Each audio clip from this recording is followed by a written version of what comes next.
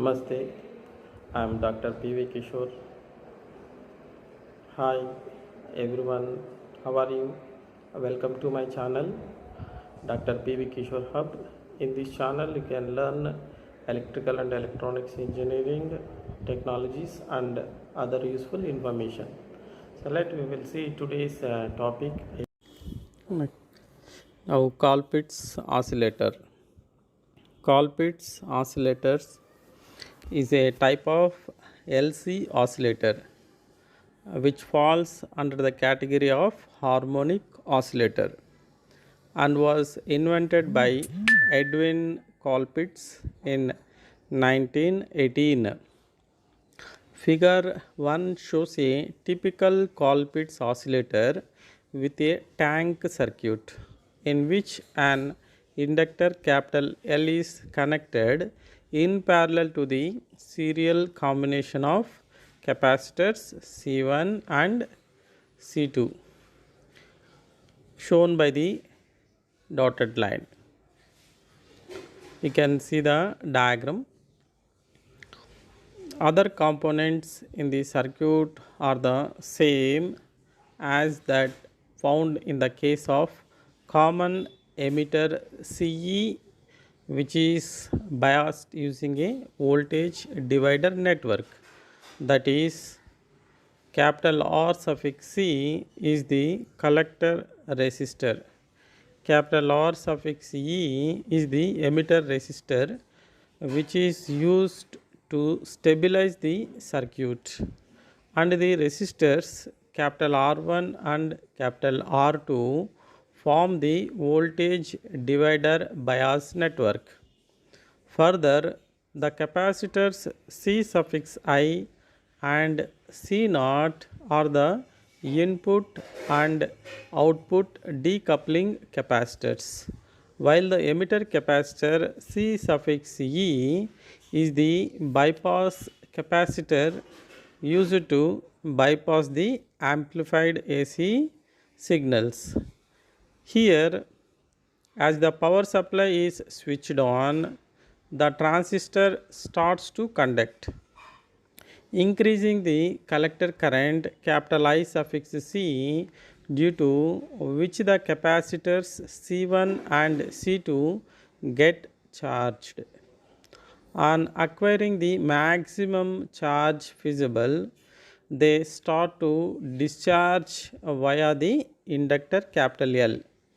During this process, the electrostatic energy stored in the capacitor gets converted into magnetic field, which in turn is stored within the inductor in the form of electromagnetic energy. Next, the inductor starts to discharge, which charges the capacitors once again.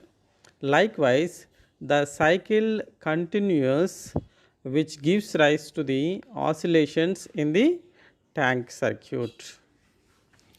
Further, the figure shows that the output of the amplifier appears across C1 and thus is in phase with the tank circuit's voltage and makes up for the energy lost by resupplying it. On the other hand, the voltage feedback to the transistor is the one obtained across the capacitor capital C2, which means the feedback signal is out of phase with the voltage at the transistor by 180 degrees. This is due to the fact that the voltages developed across the capacitors C1 and C2 are the opposite in polarity, as the point where they join is grounded. Further, this signal is provided with an additional phase shift of 180 degrees by the transistor, which results in a net phase shift of 360 degrees around the loop, satisfying the phase shift condition of Barkhausen principle. As this state, the circuit can effectively act as an oscillator, producing sustained oscillations by carefully monitoring the feedback ratio given by C1 by C2. The frequency of such a Colpitts oscillator depends on the components in its tank circuit and is given by capital F is equal to 1 by 2 pi under root L capital C effective, where the C effective is the effective capacitance of the capacitors expressed as C1 C2 by C1 plus C2.